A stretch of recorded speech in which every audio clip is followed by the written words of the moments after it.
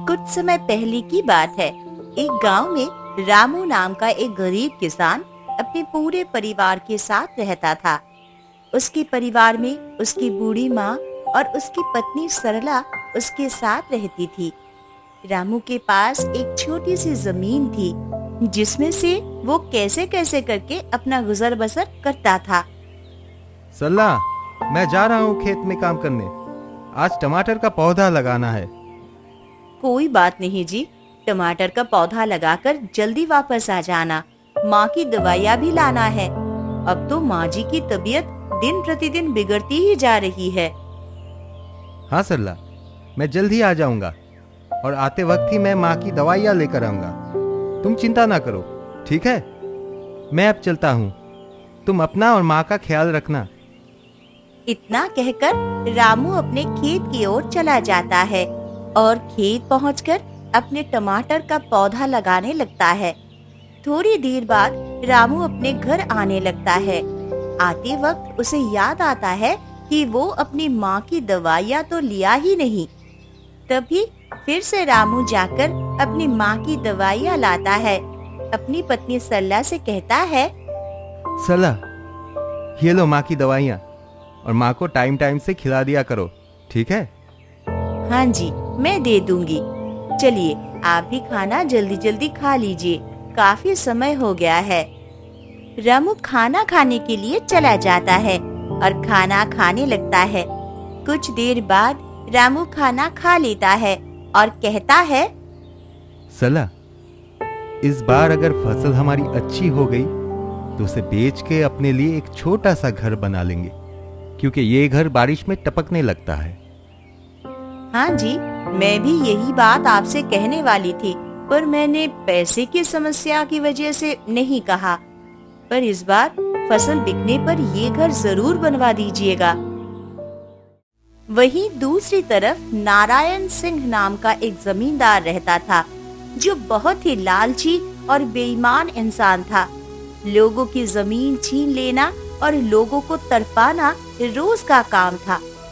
पर उसका सामना करने के लिए किसी में इतनी हिम्मत नहीं थी। तभी जमींदार नारायण सिंह अपने आदमी कल्लू से कहता है, अरे कल्लू, जरा पता लगा कि इस बार किसकी फसल अच्छी हुई है पूरे गांव में। अरे भाई, ऐसे ही होता रहेगा तो हम लोग भूखे मरने लगेंगे। अरे मालिक, इसमें पता लगाने वाली क्या बात है? इस बार तो सबसे अच्छी फसल उस रामू की हुई है। पूरे गांव वाले बता रहे हैं, और वो भी इस बार अपने खेत में काफी ज्यादा मेहनत किया है। उसकी फसल बस कटने ही वाली है। ओहो, तो रामू की फसल अच्छी है। इधर रामू अपनी पत्नी से कहता है, अरे सरला, हमारी फसल इस बार काफी अच्छी हुई है और काटने के मुकाम पर आ गई है। कल चलकर अपनी फसल काट लेते हैं, नहीं तो लोग बता रहे हैं कि बारिश आने वाली है। ठीक है जी। इतना कहकर सरला और रामू खाने के लिए चले जाते हैं। सुबह होते ही अपनी पत्नी सरला के साथ खेत में जाता है रामू और अपनी सारी फसल निकाल लेता है। रामू जैसे ही फसल निकाल रहा था, तभी वहाँ पर जमींदार नारायण सिंह आ जाता है और कहता है, हाँ, क्यों भाई? मैंने सुना है कि इस बार तुम्हारी फसल काफी अच्छी हुई है। बताओ, कितने में दोगे? ये फसल मुझे चाहिए, और हाँ, ध्यान में रखना, थोड़ा सही से बताना, नहीं तो जानते हो ना मैं कैसा हूँ। अरे जमींदार साहब, आप ये क्या कह रहे हैं? हमें ये फसल नहीं बेचना है। हम अपनी फसल बाजार में ले जाके बेचेंगे, क्योंकि आप हमारी फसल का दाम नहीं दे पाएंगे। नारायण सिंह को रामू की ये बात सुनकर बहुत ज्यादा गुस्सा आ जाता है और अपने आदमियों से वो कहता है, सुन रहे कल्लू, ये कुछ ज्यादा ही बोल रहा है। इसकी फसल छीन ले सारी की सारी, तब मैं देखता हूँ ये कैसे बाजार में ले जाके बेचेगा। मेरी बात इसको समझ में नहीं आती है। जमींदार की बात सुनकर जमींदार का आदमी कल्लू रामू की सारी फसल छीन लेता है और वहाँ से फसल लेकर जमींदार के यहाँ आ जाता है। रामू और उसकी पत्नी सरला वहीं पर रोने लगते हैं और कहते हैं, जमींदार नारायण सिंह, तूने आज मेरी फसल छीना है ना। एक दिन देखना, तू भी एक दिन तड़प तड़प कर मर जाएगा और तुझे कोई पानी भी देने नहीं आएगा। ये मेरा श्राप है जमींदार साहब। फिर रामू और उसकी पत्नी सरला वहाँ से रोते हुए अपने घर चले आते हैं और अपनी माँ को सारी बात बताते हैं। अरे रामू बेटा, जाने दे, वो तो बचपन से ही बेईमान और हरामी है। उसका काम ही यही है, दूसरों का हक को छीन कर खाना। अजी, मैं तो कहती हूँ आप कहीं दूसरा काम ढूंढ लीजिए, क्योंकि अगर हम फिर से फसल करेंगे तो वो जमींदार हमारी फसल फिर से छीन लेगा। हाँ सरला, तुम सही कह रही हो। मुझे लगता है कि मैं दूसरे गांव के सरपंच के यहाँ चला जाऊं। वो बहुत अच्छे सरपंच हैं। वो मुझे जरूर कोई ना कोई काम दे देंगे और कुछ दिन काम करने के बाद फिर से हम अपनी खेती करना शुरू कर देंगे। हाँ हाँ जी, तुम सही कह रहे हो, और तब हमारे पास पैसे भी रहेंगे। चलो ठीक है सरला, फिर मैं अभी जा रहा हूं दूसरे गांव के सरपंच के यहाँ। तुम अपना और माँ का ध्यान रखना। मैं चलता हूँ। इतना कहकर रामू वहाँ से चला जाता है और कुछ देर बाद दूसरे गांव के सरपंच के यहाँ पहुँच जाता है और कहता है, सरपंच जी, मैं बहुत गरीब आदमी हूँ सरपंच जी। कृपया करके मुझे कोई काम दे दीजिए जिससे कि मेरे घर का गुजारा हो सके। क्यों भाई, तुम कौन हो और कहाँ से आए हो? हम तुम्हें ऐसे कैसे काम दे दे? पहले तुम बताओ, तुम्हारा नाम क्या है? तुम कहाँ से आए हो? पहले क्या करते थे? और तुम्हारे गांव में कोई ऐसा अमीर व्यक्ति नहीं है क्या जो तुम्हें काम दे सके? सरपंच जी, मेरे गांव में एक नारायण नाम का एक जमींदार है जो कि बहुत ही बेईमान और लालची है। वो दूसरों की जमीन और फसल छीनकर ही जीता है। मेरी भी फसल उसी ने छीना है सरपंच जी, इसीलिए मैं आपके पास यहाँ पे काम की तलाश में आया हूँ। ये सब सुनकर सरपंच उसे काम दे देता है। देख, बैलगाड़ियों पर बोरियां रखी हुई है, इसे तुम्हें उतार कर गोदाम में रखना होगा। धन्यवाद सरपंच जी, मैं अभी कर देता हूँ। फिर रामू काम में लग जाता है। बैलगाड़िया से बोरियां उतारने लगता है। थोड़ी ही देर बाद रामू वहाँ से सारी बोरियां उतारकर गोदाम में रख देता है और सरपंच के पास जाकर कहता है, सरपंच जी, मैंने सारी बोरियां उतार दी है। अब मेरे पैसे दे दो, मुझे अपने घर जाना है। अरे हाँ भाई रामू, अभी तुम्हारे पैसे दे देते हैं, तुम घबराओ नहीं। तभी सरपंच उसे सारे पैसे दे देता है और रामू पैसे लेकर अपने घर जाने लगता है। रास्ते में वो अपने घर के लिए राशन और अपनी माँ की दवाइयाँ ले लेता है और जाकर सरला को दे देता है। सरला, ये लो घर के लिए राशन और माँ की दवाइयाँ। अब जल्दी से खाना बना दो, मुझे बहुत जोरों की भूख लगी है। थोड़ी देर बाद सरला खाना बना देती है और रामू को कहती है, अजी सुनते हैं, चलिए खाना खा लीजिए, खाना तैयार हो गया है और माँ जी को भी कह दीजिए खाना खा ले और उनको दवाई भी खाना है। माँ, चलो खाना खा लो और समय समय से दवाइयाँ खा लिया करो माँ, नहीं तो फिर से तुम इसी तरह बीमार पड़ी रहोगी। फिर रामू अपनी माँ को लेकर खाना खाने के लिए चला जाता है। रामू की माँ की कमर में हमेशा दर्द की वजह से वे बीमार रहती है और फिर रामू खाना खाने के बाद सोने के लिए चला गया।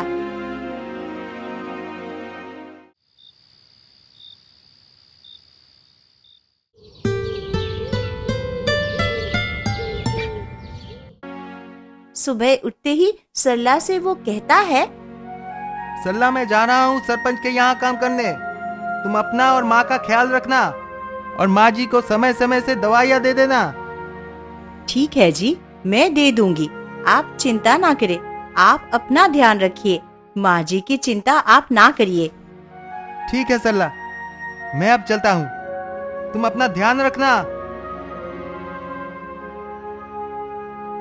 इतना कहकर रामू काम के लिए चला जाता है और जाकर सरपंच के यहाँ अपना काम करने लगता है।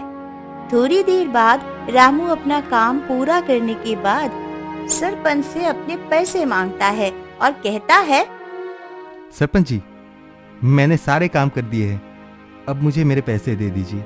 और सरपंच जी, अब मैं कल से काम पे नहीं आऊंगा। पर क्यों रामू, क्यों तुम काम पर नहीं आओगे? क्या मैं तुम्हें पैसे कम देता हूँ या कोई परेशानी है? अरे नहीं सरपंच जी, मुझे बस अब अपनी खेती करना है।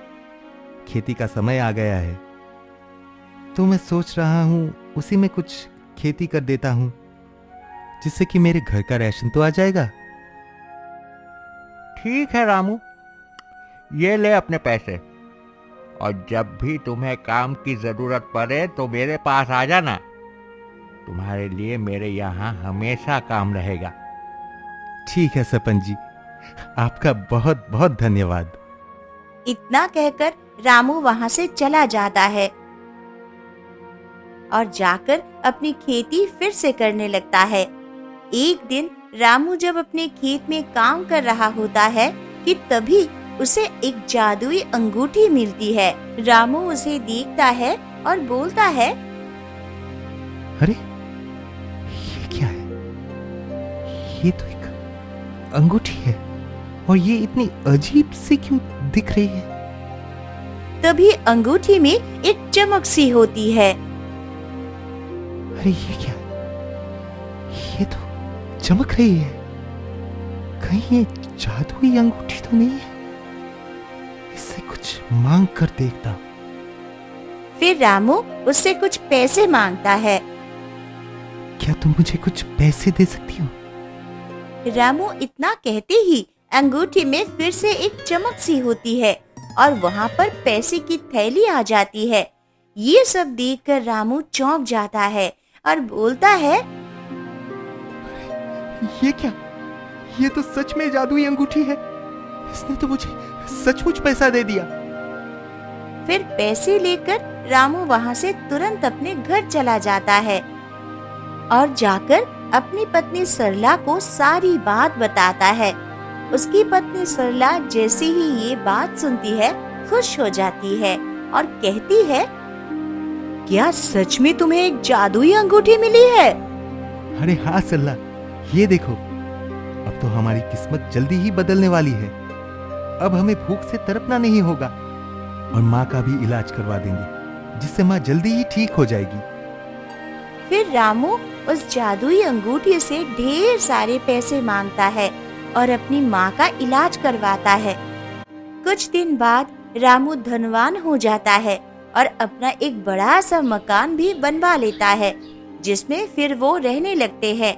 ये सब बात जमींदार नारायण सिंह को जैसे ही पता चलती है, वो चौंक जाता है। क्या? ये तू क्या बोल रहा है कल्लू?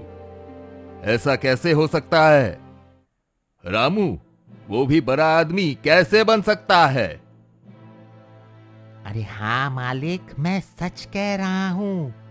अब रामू एक बहुत बड़ा आदमी बन गया है और अपना एक बड़ा सा घर भी बना लिया है। अब उसे कोई चिंता नहीं है। मुझे तो पता लगाना ही होगा कि आखिर ये रामू कर क्या रहा है, जो इतना बड़ा आदमी बन गया है। जिसके पास खाने तक की पैसे ना हो, वो इतना बड़ा आदमी कैसे बन सकता है? जरा मैं भी तो देखूं। फिर जमींदार नारायण सिंह रामू के घर के आसपास घूमने लगता है। कुछ दिन ऐसे ही घूमने के बाद उसने सोचा कि दिन में तो कुछ मिलने वाला नहीं। मुझे अब रात में पता लगाना होगा कि आखिर ये रामू कर क्या रहा है, जो दिन प्रतिदिन बढ़ता ही जा रहा है। अब जमींदार नारायण सिंह के दिमाग में बस एक ही सवाल उठता था कि आखिर ये रामू इतना अमीर कैसे बन गया। जिसके पास खाने तक के पैसे ना हो वो इतना बड़ा आदमी कैसे बन सकता है। फिर एक दिन नारायण सिंह रामू के घर रात में जाता है और अंदर जाकर चुपके से देखा कि रामू एक अंगूठी से कुछ बड़बड़ा रहा है। हे जादुई अंगूठी, क्या तुम मुझे कुछ और पैसे दे सकती हो? मुझे अपनी माँ के लिए इलाज करवाना है। ये सब कुछ देखकर जमींदार नारायण सिंह हैरत में पड़ जाता है और कहता है, ओ अच्छा, तो ये सब इस जादुई अंगूठी ने किया है। वही तो मैं सोचूं, ये ससुरा इतना अमीर कैसे बन सकता है। जिसके पास खाने तक के पैसे ना हो वो एक बड़ा आदमी बन जाएगा, कभी हो ही नहीं सकता। अब तो इस अंगूठी को मुझे किसी ना किसी हाल में अपने पास लाना ही होगा। इतना कहकर जमींदार नारायण सिंह वहाँ से चला जाता है और योजना बनाने लगता है। कल मैं रात में जाऊंगा और जब रामू सो रहा होगा तभी वो अंगूठी उसके कमरे से चुरा लूंगा। शाम होते ही जमींदार रामू के घर के आसपास पहुंच जाता है और देखता है कि रामू घर में ही है और अपनी माँ का इलाज करवा रहा है। फिर थोड़ी देर बाद रात हो जाती है और जमींदार नारायण रामू के घर में घुस जाता है और उस जादुई अंगूठी को ढूंढने लगता है। कुछ देर बाद उसे रामू के बिस्तर पर वो अंगूठी मिल जाती है और वो अंगूठी लेकर वहाँ से चला जाता है।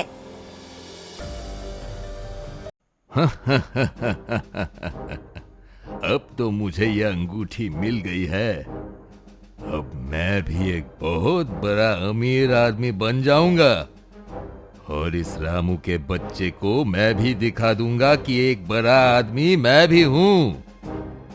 इतना कहकर नारायण सिंह उस जादुई अंगूठी से पैसे मांगता है। हे जादुई अंगूठी, क्या तुम मुझे कुछ पैसे दे सकती हो? मेरे पास कुछ भी खाने को नहीं है। नारायण सिंह जैसे ही ये बात कहता है उससे अंगूठी में एक चमक सी होती है और जमींदार के घर में जितना भी रोशन पैसे और गहने होते हैं वो सब गायब हो जाते हैं और जमींदार नारायण सिंह एक भिखारी के रूप में बदल जाता है। ये सब देखकर जमींदार नारायण सिंह हैरत में पड़ जाता है और कल्लू से कहता है, अरे कल्लू, ये देख मुझे क्या हो गया है। कल्लू, मैं भिखारी में कैसे बदल गया हूँ। कल्लू, कुछ कर कल्लू। मालिक, मुझे तो लगता है इस अंगूठी से रामू ने कुछ और तरीके से मांगा होगा। आप तो अब उस रामू के पास ही जाओ, वही तुम्हें ठीक कर सकते हैं। रामू भाई, मुझे माफ कर दो। मुझसे बहुत बड़ी गलती हो गई मेरे भाई, मुझे माफ कर दो। देख मेरी क्या हालत हो गई है। अब से मैं ऐसी किसी के साथ नहीं करूँगा और ना किसी की जमीन और फसल छीनूंगा। रामू मेरा भाई, किसी तरह मुझसे ये अंगूठी से कहकर ठीक करवा दो। ये क्या? ये जादुई अंगूठी तुम्हारे पास कैसे पहुंची? इसे तो मैंने अपने कमरे में रखा था, ये तुम्हारे पास कैसे आई?